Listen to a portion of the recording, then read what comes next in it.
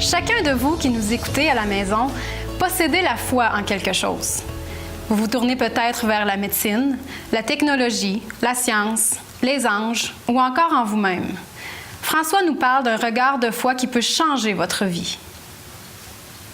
Je constate que beaucoup de Québécois, malheureusement, semblent avoir perdu la foi. En opposé, je constate aussi que beaucoup de personnes avec qui je parle prétendent avoir beaucoup de foi. Qu'est-ce que la foi? Qu'est-ce que ça donne que d'avoir la foi? Bien, la foi, c'est simplement croire. La foi, c'est faire confiance. Plus précisément, c'est faire confiance en quelque chose, en quelqu'un. Par exemple, une déclaration. Vous recevez une lettre par la poste, une lettre enregistrée qui vient d'une maison de notaire, qui vous annonce que vous recevez un héritage. Eh bien, sans avoir l'argent en poche, vous pouvez affirmer sans mentir que vous avez reçu un héritage. Vous pouvez dire à partir de ce moment-là, si vous faites confiance dans ce document que vous avez reçu, que vous avez un héritage. Tellement que vous pourriez même engager une certaine partie de cet héritage dans une dépense quelconque. Parce que le document que vous avez entre vos mains, vous y prêtez foi, vous y faites confiance, vous y croyez, et ça fait la différence. Donc, c'est ça la foi. La foi ne repose jamais sur un vague sentiment. La foi repose toujours sur quelque chose de précis. Et dans le domaine spirituel, la chose en quoi nous devons croire, la chose qui a une autorité, est nulle autre que la Bible, la parole de Dieu. Je pourrais vous donner toute une série de raisons pour lesquelles nous devrions croire que la Bible est la parole de Dieu. Mais je vais me contenter de simplement vous inviter à la lire quotidiennement et vous allez constater de vous-même à quel point elle est vraiment ce qu'elle prétend être, la parole de Dieu. L'Évangile affirme à plusieurs reprises que Dieu nous accorde la vie éternelle et le pardon de nos péchés simplement en échange de notre foi. Le Seigneur Jésus a utilisé un événement de l'Ancien Testament pour illustrer que c'est simplement par la foi qu'on peut être sauvé. Il s'agit de l'histoire du peuple d'Israël lorsqu'ils étaient dans le désert et qui étaient en route vers la terre promise.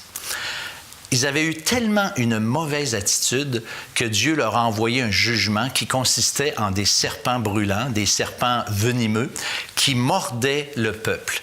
Suite à ça, ils ont été vers Moïse pour le supplier de demander à Dieu de faire quelque chose. Moïse a prié Dieu. Et c'est la réponse de Dieu qui est surprenante dans cette histoire. Dieu a dit à Moïse de simplement faire un serpent d'airain, entourer la perche et d'élever cette perche-là pour que ceux qui ont été mordus de la morsure mortelle du serpent puissent être guéris. C'est bizarre parce que Dieu aurait pu utiliser 1 million d'autres façons pour soulager ces gens qui avaient été guéris. Il n'a pas utilisé de vaccin, il n'a pas utilisé de pilule, il n'a pas utilisé simplement même « confessez-moi votre péché puis je vais vous pardonner ». Il a simplement demandé qu'ils regardent au serpent d'airain pour être guéris. Et c'est vraiment ça qui est arrivé. Ceux qui avaient été mordus puis qui regardaient le serpent d'airain sur la perche étaient guéris. Et là, le Seigneur Jésus, de cette histoire-là, il va dire ce qui suit dans l'Évangile de Jean, le chapitre 3, puis le verset 14. Puis on va le lire ensemble parce que c'est vraiment crucial. « Et comme Moïse éleva le serpent dans le désert, il faut de même que le Fils de l'homme soit élevé, afin que quiconque croit en lui ait la vie éternelle. » Vous voyez, le Seigneur Jésus, il dit carrément que de la même façon que Moïse a élevé le serpent d'airain dans le désert pour que ceux qui avaient été mordus de la morsure du serpent soient guéris, il dit qu'il faut que le Fils de l'homme soit élevé. Et là, on comprend très bien qu'il s'agit de la croix du calvaire, là où Jésus a pris nos péchés. Et l'échange de la foi ou le regard de la foi fait en sorte que la personne qui est pécheresse et qui implore le pardon de Dieu peut le recevoir simplement dans ce regard de foi, là, à la croix du Calvaire, où Jésus a pris nos péchés. Et ça, c'est suffisant. C'est ça la foi, croire que ça, c'est suffisant pour avoir la vie éternelle et le pardon de nos péchés. Une personne que je connais a fait une expérience assez traumatisante à l'été 2010. Elle a fait le chemin de Compostelle en Europe. Et elle est arrivée à un moment donné dans une petite chapelle. C'était très tranquille, qu'elle me disait. Et là, cette fille-là, elle avait une conscience chargée. Elle avait un terrible sentiment de culpabilité qui la harcelait, qui la démoralisait. Et puis, quand elle est arrivée devant cette croix, elle a comme réalisé que Jésus, c'était lui qui avait porté la peine de ses péchés. Et à ce moment-là, elle a senti une paix. Et sa conscience a été complètement libérée. Et ça, c'est encore vrai pour elle aujourd'hui. Et sa vie a été littéralement transformée depuis ce jour-là. Parce qu'elle a cru, parce qu'elle a fait ce pas de foi. Elle a eu ce regard de foi qui donne la vie éternelle, qui accorde le pardon des péchés. Et aujourd'hui, moi, j'aimerais vous inviter, là où vous êtes, de faire cette expérience. Peut-être êtes-vous consciente que vous êtes pécheur, que vous savez très bien être pas conforme aux standards de Dieu. Eh bien, faites comme ceux qui ont été mordus, faites comme cette femme qui a porté un regard de foi là à la croix du Calvaire où Jésus a pris ses péchés. Si vous le faites, la Bible dit que Dieu vous donne la vie éternelle. Et comme cette femme que je connais, jamais plus votre vie sera la même parce que vous aurez compris quelque chose qui va tout changer, mais surtout votre destinée éternelle. C'est ce que je vous invite à faire. François, ce que j'ai bien aimé dans ton message aujourd'hui, c'est le fait que tu as démontré clairement que selon la Bible, la foi, c'est une certitude. C'est pas un vague sentiment de peut-être ou quoi que ce soit, mais vraiment une certitude. Et à cet effet, j'aimerais te lire ici un court extrait d'un texte qui a été écrit par un penseur québécois, Doris Lucier, qui, pendant des années, a incarné un personnage très connu des Québécois, le Père Gédéon.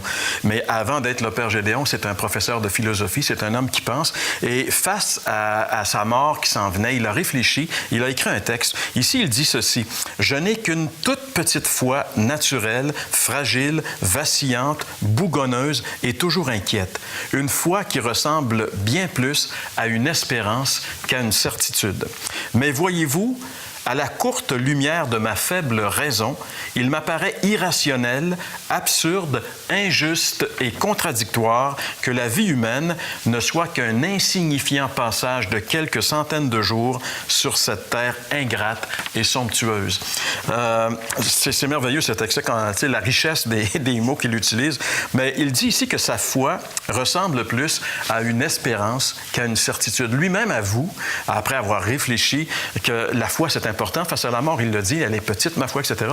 Mais sa foi, pour lui, elle ressemble plus à une espérance qu'à une certitude. Tu sais, c'est pas certain, son affaire. Comme la plupart des gens, Jean-Pierre, on fait généralement la différence entre la foi et l'espérance, parce que l'espérance, il y a un doute là-dedans. Pour la plupart des gens, quand on parle d'espérance, c'est quelque chose qu'on aimerait bien avoir, mais qu'on n'a pas nécessairement. Il n'y a pas de certitude dans le mot espérance comme on l'utilise généralement.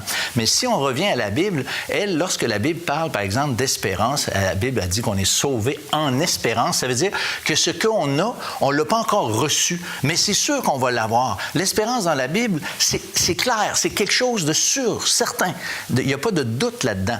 Et c'est ça qui est important de comprendre, que l'espérance, c'est une certitude. Parce que la foi, finalement, elle est basée sur des faits réels, sur les promesses de Dieu que nous pouvons trouver dans sa parole. Et si on ne s'appuie pas sur la parole de Dieu, sur quelques philosophies que ce soit, on ne peut pas avoir d'assurance. Et lorsque la foi, elle est importante, l'assurance, la certitude, c'est important, surtout lorsqu'on est face à la mort, finalement. Ouais, devant la perspective de la mort, on change, le ton change.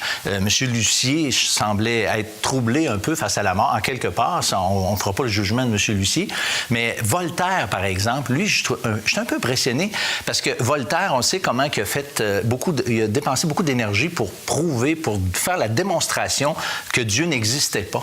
Et à la fin de sa vie, quelqu'un qui a assisté à sa mort avait dit « Je ne veux plus jamais assister à la mort d'un incrédule » parce qu'elle trouvait que c'était dramatique qu'est-ce qu'elle a vu quand que ce gars-là est mort. Et on se rappelle que lui-même, après avoir tenu le discours d'athéisme, à la fin de sa vie, a dit « je ne peux concevoir qu'il y ait eu une horloge sans qu'il y ait d'abord eu un horloger. » Donc, c'est comme devant la mort, il a carrément changé son fusil d'épaule. On pourrait dire à ce sujet-là que la mort, c'est vraiment l'heure de vérité. C'est là que tout se joue. Et ça va arriver pour chacun d'entre nous. Vous qui écoutez un jour, vous allez devoir affronter la mort. Et la Bible dit qu'on ne peut pas affronter la mort sans Dieu. Jésus est venu justement pour nous donner une certitude qu'on peut entrer dans la présence de Dieu le jour de notre mort. Et sans lui, il n'y a aucune espérance. Nous vous invitons à vous tourner sérieusement vers lui et à le recevoir comme votre Sauveur et Seigneur.